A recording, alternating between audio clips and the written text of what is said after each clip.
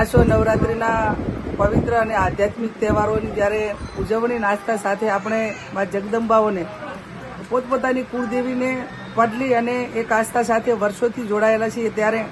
પહેલી નવરાત્રિએ મા જગદંબા 51 શક્તિ અંબાજીના ધામમાં આરતી કરી મા જગદંબા પાસે આશીર્વાદ માગ્યા અને સમગ્ર દેશમાં, વિશ્વમાં અને સમગ્ર રાજ્યમાં ને તમામ ભાઈચારાની ભાવના વધે, તમામ ધર્મના લોકો, તમામ સમાજના લોકો હળીમળીને ભાઈચારાની ભાવના રાખે, તમામ ક્ષેત્રોમાં જ્યાં જે લોકો પ્રગતિ કરવા માગે છે ત્યાં એમની મનોકામના મા જગદંબા અંબાજી પૂરી કરે. ગઈકાલે મેં એક ગૃહ વિભાગ હોય કે અન્યને એક ગુજરાતની બેન દીકરીઓની સલામતી માટેની વાત મીડિયા સમક્ષ કહી કે જ્યારે સમગ્ર ગુજરાતમાં કાયદો અને વ્યવસ્થા કથળેલું હોય, 24 કલાકની અંદર 5 ઘટનાઓ મહિલાઓની યૌન શોષણ, છેડતી અને બળાત્કારની ઘટનાઓ બનતી હોય, એવા સંજોગોમાં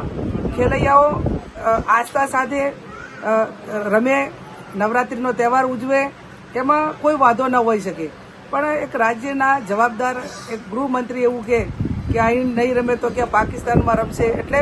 વાત કાયદો અને વ્યવસ્થાની છે કે તમારી તાકાત તો છે ને કાયદો અને વ્યવસ્થા જાળવવા માટેની, બેન દીકરીઓને સુરક્ષિત રાખવાની, અથવા તો તમારા ડિપાર્ટમેન્ટની એવી કોઈ તાકાત નથી કે જેના ખોફના કારણે અસામાજિક તત્વો આવી ઘટનાઓથી દૂર રહે. અને જે આપણી એક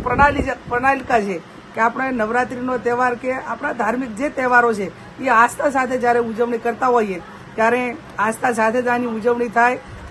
તમામ વડીલોને અને માતા પિતાઓને પણ મારી વિનંતી છે કે આપણી કોઈ પણ બેન દીકરી હોય, મહિલા હોય તો સમયસર નવરાત્રિના સમયે એ ઘર પાછી આવે અને શક્ય હોય તો એને એકલી નહીં પણ એના પરિવાર સાથે ગરબા રમવા જાય, જેથી કરીને જે ઘટનાઓ વારંવાર બને છે એ ઘટનાઓમાં ક્યાંક ને ક્યાંક આપણે ખાળી શકીએ અને આપણી બેન દીકરીને અસામાજિક તત્વોથી સુરક્ષિત રાખી શકીએ. એ પણ આજે આ નવરાત્રિના નિમિત્તે બધાને હું વિનંતી કરું છું. મા જગદંબા 51 શક્તિપીઠ અંબાજીને પ્રાર્થના કરું કે તમામ બેન દીકરીઓની રક્ષા કરે, અસુરી તત્વોનો નાશ કરી દેવી શક્તિઓનો વિજય કરે, એ મા જગદંબા અંબાજીને પ્રાર્થના કરું.